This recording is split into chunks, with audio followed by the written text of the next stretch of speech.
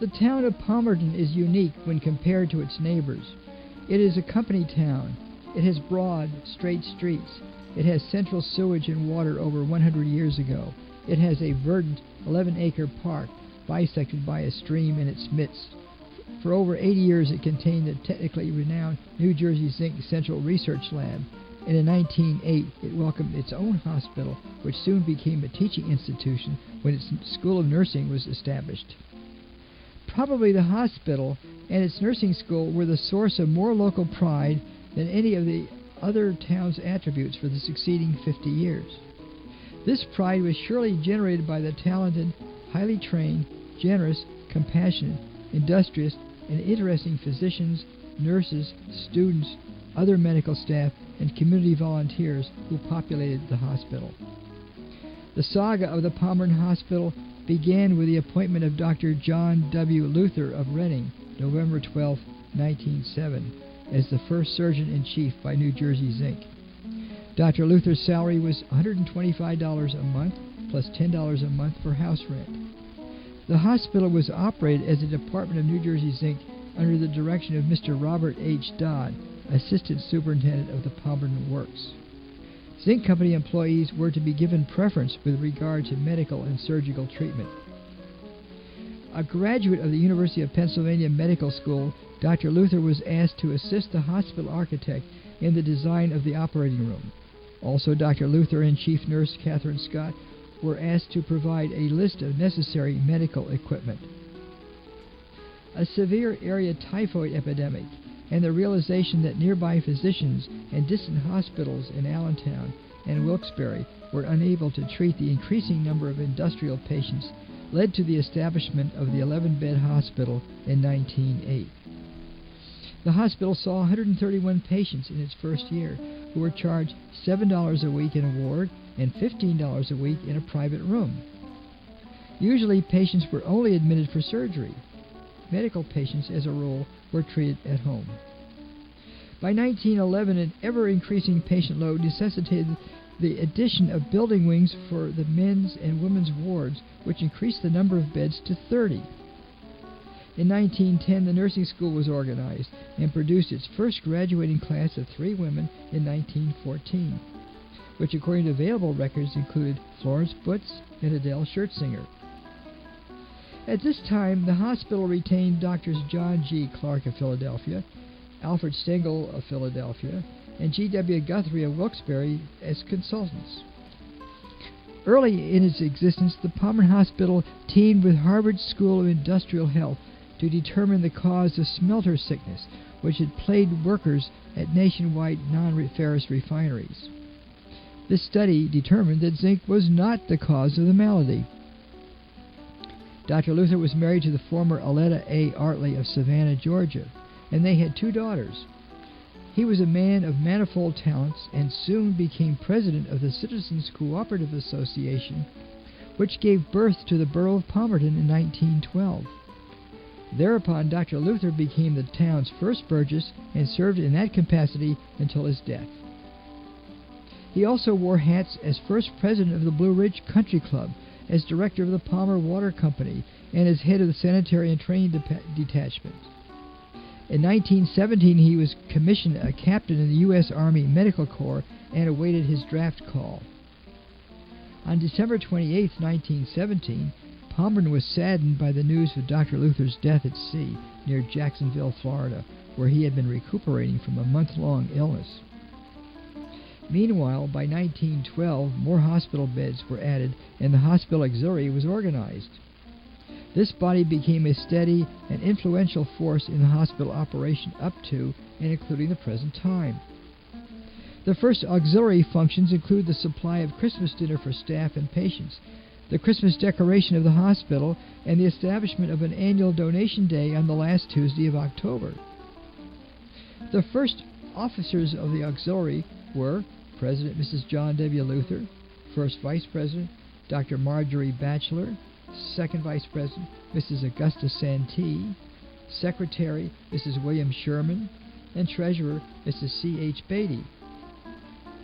In 1913 saw the hospital become officially incorporated. In 1914 saw the OR enlarged and modernized. Mrs. Edgar Palmer endowed the Zilph Palmer Hospital bed in 1916. Auxiliary furnished the new children's ward and maternity ward in 1917. Mrs. F.D. Sin equipped the playroom. Following Dr. Luther's death, Dr. E.M. Chitwood of Austinville, Virginia, New Jersey Zinc operated a mine there, was appointed interim surgeon-in-chief until Dr. Roger Batchelor arrived in Palmer in February 1918. In August, Dr. Batchelor was called into military service and sent overseas to France. At this time, Dr. W. L. Lathrop of Hazelden, Pennsylvania, stepped into the breach at the hospital and was aided by Dr. Marjorie Batchelor. Dr. Batchelor returned from the Army in 1919, and that year the auxiliary donated $5,000 to endow a bed in memory of Dr. Luther. Mrs. Luther then donated her husband's medical library to the hospital.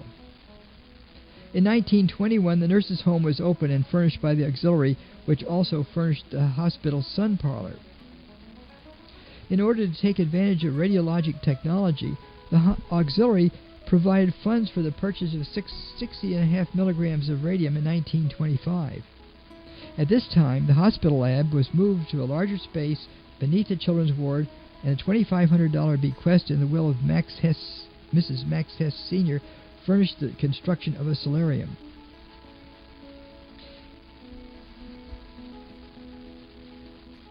It is interesting to note that members of the staff perform many varied duties. For example, Elizabeth Davis not only was the anesthetist, but also took x-rays and performed lab work. 1919 marked the beginning of the Batchelor era of the hospital and nursing school. The dynamic duo of Doctors Roger and Marjorie elevated the status of these two institutions to an esteemed position among medical facilities in eastern Pennsylvania. In addition to his hospital-related duties, Dr. Roger was the consulting surgeon for the Lehigh Valley and New Jersey Central Railroads. Dr. Roger's surgical skills even today are regarded with awe. For example, in the late 1990s, Dr. E.S.P. Cope, a longtime chief of medicine at Palmerton, declared during a presentation at the Lehigh Gap Historical Society that Dr. Batchelor was a genius. In 2008, former Palmerton OR nurse Bridget Takina Zander stated, "After leaving Palmerton to follow my airline pilot's husband's job, I worked in several hospitals, including a teaching one, and Dr. Batchelor was the finest surgeon whom I ever observed. His suturing was so precise that it always left only a minimal scar." The community regard for Dr. Batchelor may be gauged by the number of Rogers, that is, without the D, who have been born in the hospital. Despite his profound dedication to medicine, Dr. Roger was not a one-dimensional individual. He was an avid reader, sailor, naturalist, and photographer. The Batchelors maintained a vacation home on Gibson Island in the Chesapeake Bay. His still life photo of a cardinal flower once merited publication in a nature magazine. He also experimented with cross-country skiing and swam regularly at the Palmer Memorial Park well into his late 80s. Marjorie Batchelor was equally medically skilled and diversified in her interests. She was the daughter of a Hazelden physician and graduated from Wellesley College. Following her graduation, she traveled largely in Europe for 4 years before matriculating at Johns Hopkins Medical School, from which she graduated with honors. Dr. Marjorie started her free well baby clinic in 1919, for which she received no salary, and operated it until the mid-1960s, when her illness caused its closure. This clinic was not only a strong force in preventive medicine, but also served as a sort of community center. During its existence, 15,000 babies were examined with regard to weight, height, diet, and posture. In the clinic, mothers were advised to dispense raw milk because it contained riboflavin, parsley because it contained vitamin A, homemade vegetable soup, and wheat germ. Babies were screened for childhood diseases and other medical conditions. Nurse Myra Brookmeyer assisted Dr. Batcher at the Tuesday a.m. clinic sessions, and free injections for various childhood diseases were administered. No treatment was performed at the clinic, and sick patients were referred to appropriate physicians. Dr. Marjorie also attended the Herald Tribune Forum every November in New York City, and then reported her findings to the Concourse Club. The doctors B worked as a team and had a very rich and colorful life together. They raised 4 children, one of whom became a physician. Loving anecdotes about the Bachelors are legion. Marjorie enjoyed driving her ancient yellow 4-door Buick convertible throughout the town with their several large dogs attached to the door handles by long leather leashes. One could describe her forays as memorable dog fights as local canines would respond to the invaders. Often she would recognize the mother and stop to examine her child and advise cure. As a child, I remember leaving the service at St. John's Episcopal Church and receiving a shot just outside the front door administered by Dr. Marjorie. The yellow Buick was treasured by Dr. Marjorie, but not by Dr. Roger, nor by student nurses when offered a ride, who deemed it mechanically unsound. Thus, several times he took the vehicle to Stemmer Motors as a trade for a newer model, and each time Marjorie returned the new model to Stemmer's and bought back her old Buick. Finally, Stemmer's refused to take the Buick in trade, saying it would be pointless, because Marjorie would be back for it in a few hours. Marjorie and Roger worked as a team with surgical patients. When Roger made a diagnosis of a grave condition, Marjorie would tell the family of the patient that Dr. Batcher has his fish face on, with his lips turned down at the corners, and that surgery would be difficult. Later, after the successful surgery, Dr. Marjorie would proclaim, "Roger pulled your son or daughter, mother, father through." Marjorie did her best to maintain Roger's physical health in view of his rigorous work schedule. Thus she frowned upon his occasional use of tobacco and alcohol. However, he found innovative ways to avoid her dictates. Nurse Jean Dunnigan Stemmer recalls him bumming a cigarette outside the hospital boiler house when Mrs. B came abruptly upon the scene. He thereupon thrust the lighted cigarette into his pocket and hurried to the emergency room where he extinguished it. Roger was an avid hiker on his off time. Often his wife would drive him to the Appalachian Trailhead in the Lehigh Gap, from whence he would hike westward to Lehigh Furnace Gap. There he would descend the mountain and hike to a country hotel in Ashfield, where he would await a pickup by Marjorie. Once during this time, my friend Eddie Anderson and I made a similar hike and stopped at the same hotel, where the bartender informed us, "An old gent from Palmerton often stops and has a couple of drinks, and then calls his wife for a ride." Roger's interests were surely Catholic, and he enjoyed the New York theater. Typically, the New York show would end just in time for him to board the last westbound Lehigh Valley Railroad train, the Star.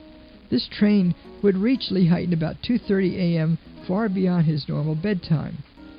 Thus Roger would engage his sleeper and travel westward to Sayre, Pennsylvania, where he would then board an eastbound train at about 8 a.m., which would then return him to Lehighton at a reasonable morning hour. Because he was a railroad surgeon, his travel was free. During the late 1920s and the 1930s and the 1940s, the hospital continued to flourish and modernize. In 1927, Miss Judith Seville assumed the position of head nurse, a position which she held for over 27 years. Under her and the bachelor's guidance, the nursing school grew both in size and in reputation for academic and professional excellence. The 3-year training period was rigorous, extensive, and sometimes almost militaristic. After 6 months of classroom work, student nurses were assigned to work the hospital floors and received a monthly stipend of $10. Student nurses paid no tuition, but needed $110 a year for books and a napkin ring. The classroom groups did not exceed 12 students. Students pulled night OB call when they had to clean the baby, reset the delivery table, mop the floor, and string the beaded wrist name bracelets for the babies. Those not in good favor with the administration pulled extra OB night calls. Jean Dunnigan Stemmer recalls having 62 night baby calls. On Wednesday afternoon, auxiliary members would entertain the student nurses in the members' private homes, where dinners were served with sterling silver and on fine china. However, some of the preferred activities by the auxiliary members were less than popular, such as birdwatching hikes. Dr. Marjorie taught materia medica in a very demonstrative manner. When a student nurse failed to demonstrate knowledge about an emetic drug, she was required to take the medication and, very predictably, vomited. The kidney flushing aspects of diuretics was demonstrated by the flushing of a toilet. And as an afterthought, Dr. Marjorie, she warned nurses that gin is bad for kidneys. The nursing students attended Saturday nutrition classes in the high school home economics room. Food at the nurses' home was excellent, but the low salt content affected everyone's personalities, according to Jean Dunnigan Stemmer. The nurses had to set up special diets in the hospital basement, where food was cooked in coal-burning stoves, and often the temperature in this kitchen reached 95 degrees in the summer. OR duty was very physically demanding. As in all the hospital buildings, there was no air conditioning, and the huge operating light was very hot. The nurses had to wear uniforms and high stockings, and then had to slip into sterile gowns, rubber gloves, caps, and masks. Happily, that the kitchen personnel would send lemonade via the utility nurse, who would carefully adjust masks to allow a sip with a straw. Graduate nurse Mary Beamer ran the dispensary and instructed students to treat all patients with equal care without regard to company rank. Thus, according to Beamer, one didn't need to ask the patient who he is, that is, his company rank. Classes were held both in the morning and afternoon, and specialized training in pediatric nursing was given in Philadelphia's Children's Hospital. Psychiatric nursing was taught at Enoch Pratt Hospital in Towson, Maryland, where one student took care of Judy Garland. Night duty was very busy because needles and syringes had to be cleaned and sterilized for the next day. There were no disposable packs then. In the nurses' home, dinner was served at 5:30 or 6 p.m., and nurses had to be in their rooms between 7 and 9 p.m. for studying. Free time was the hour between 9 and 10, when students would run downtown for ice cream or a hot dog. There was always a supply of milk and crackers in the nurses' home kitchen. Students had to be back in the rooms by 10 or else face disciplinary action. During the summer in the hospital, bats would swoop through the halls with the nurses in full pursuit, trying to urge them out of an open door. Charlie, the orderly who resided in the hospital, had nimble fingers and delighted in pinching student nurse bottoms, but the girls soon learned evasive walking procedures to avoid this minor problem. The hospital and nursing school survived the Great Depression and World War II in grand style. During this time, the hospital equipment was continually upgraded, and later, in 1950, a major renovation and expansion program was completed at a cost of $600,000. The renovations included a new front entrance, new office, and reception room facilities. No longer would the Palmerton Hospital closely resemble its twin, located at the company's mine in Franklin, New Jersey. The hospital staff was augmented by the addition of surgeons Alan Erskine, George P. Thomas, and internists E.S.P. Cope and Floyd Moser. Dr. Jane Gopelrud and Bernard J. Knob were recruited to form the OB-GYN department. Dr. John H. Cupp was the ENT specialist, and the consulting staff included Dr. John Rhodes, radiology, and Drs. Theodore Orr and Louis Jones, orthopedics, and Dr. E.J. Bentz was the pathologist. Miss Mildred Filer was the directress of nursing. It is interesting to note the hospital's connection with the Johns Hopkins Medical School, which graduated Drs. Batchelor, Dr. Cupp, Dr. Thomas, Dr. Erskine, and Miss Judith Seville.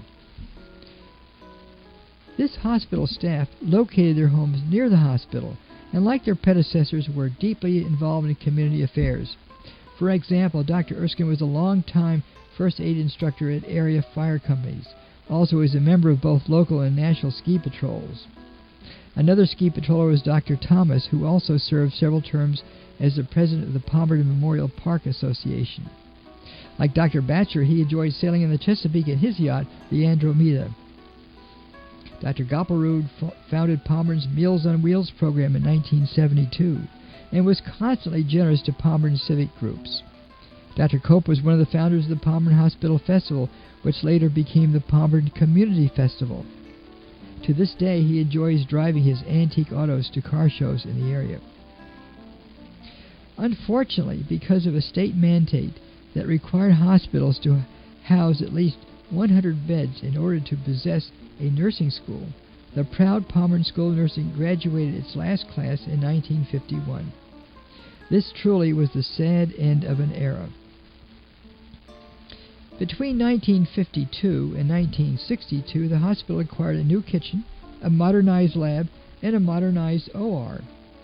In 1956, the Ford Foundation gave the hospital $34,400 for new X-ray equipment, for new medical records facilities, and for improvements to the nurses' home. In the 1954-1997 era, the hospital auxiliary was very active and continued their contributions to the hospital, which included an operating table, electrocardiograph, and a phototherapy unit. The auxiliary donated $833,000 to the hospital in the time between 1977 and 1997. The nearly new shop, which was organized in 1964, the Gray Ladies, which were organized in 1965, the Pink Ladies, which were organized in 1965, and the Owl's Nest, which was organized in 1970, were organized by the auxiliary as fund generators for the hospital. Other auxiliary facilities include the annual plant sale, a strawberry shortcake stand at the community festival, and an annual bake sale. In 1958, the hospital celebrated its 50th anniversary and had surely served the area with constant top-notch medical and nursing care. However, by 1963, economic conditions caused the New Jersey Zinc Company to turn the hospital over to the town. Until this time, the Zinc Company had met all of the hospital's outstanding expenses. Harold R. Van Gunden succeeded New Jersey Zinc official Bill Dannenberg as hospital administrator. In 1964, plans were laid for a new patient care facility, and by 1966, more than $650,000 had been donated by businesses and individuals to support this project. A group of community volunteers in 1965 organized the Palmerton Hospital Festival to generate funds for the hospital. In 1965, the unused nurses' home was raised to create room for the new patient care wing, which was completed in 1976. This new building cost $2,754,000 and contained 70 beds. By this time, Von Gunden had resigned and had been replaced by Marshall Spencer. Unfortunately, Spencer died in 1970, and he was succeeded by Barbara Spate, who served the next 18 years. Following the construction of the new patient wing, the old hospital was used for emergency services and administrative offices. Then in 1978, a new administrative office and emergency care wing was added to the new hospital, and the old hospital was raised to create a parking lot. During the 1970s and 1980s, population growth in the areas north and east of Palmerton justified the hospital's establishment of satellite outpatient facilities in Gilbert, Franklin Township, and Cresgeville. Peter L. Kern, a New Jersey Zinc executive and hospital board chairman, succeeded the retiring Spate in 1988. Kern served until 2000, and during his tenure, the hospital enjoyed a 40% growth in admissions. To accommodate some of this growth, the hospital opened the new Gilbert Center for Outpatient Care in 1990.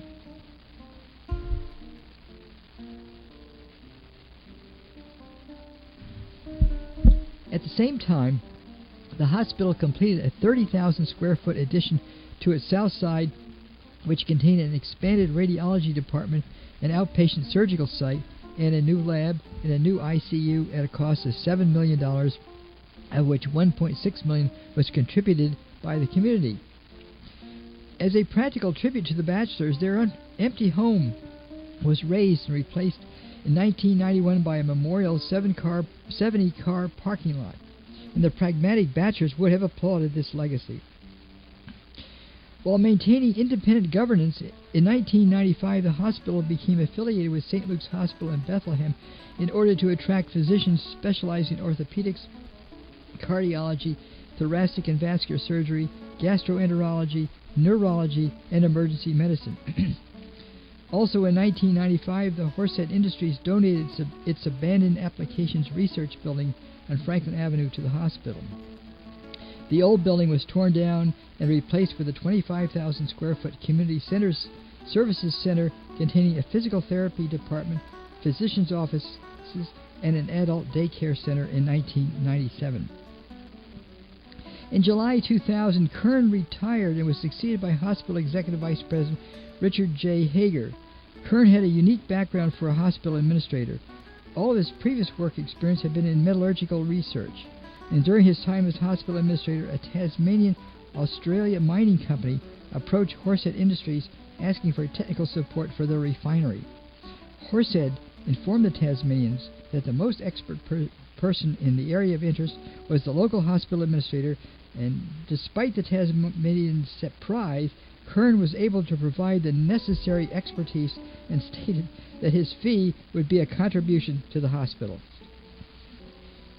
On the satellite outpatient front, the hospital added facilities in Walnutport in 1999 and Bowmanstown in 2000.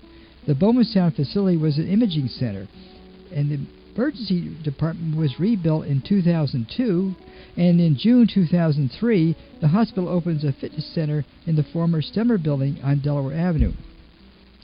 Finally, in 2003, the hospital merged with Canadian Hutton Hospital to form the Blue Mountain Health System with Robert Clark as CEO and Hager as CFO. The assisted living facility, The Villages, was formed in 2004 by a partnership with a private company.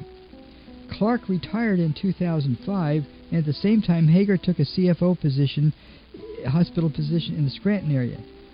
True to the community involvement tradition of the hospital staff and administration, Hager had served several terms on Palmerton's Borough Council.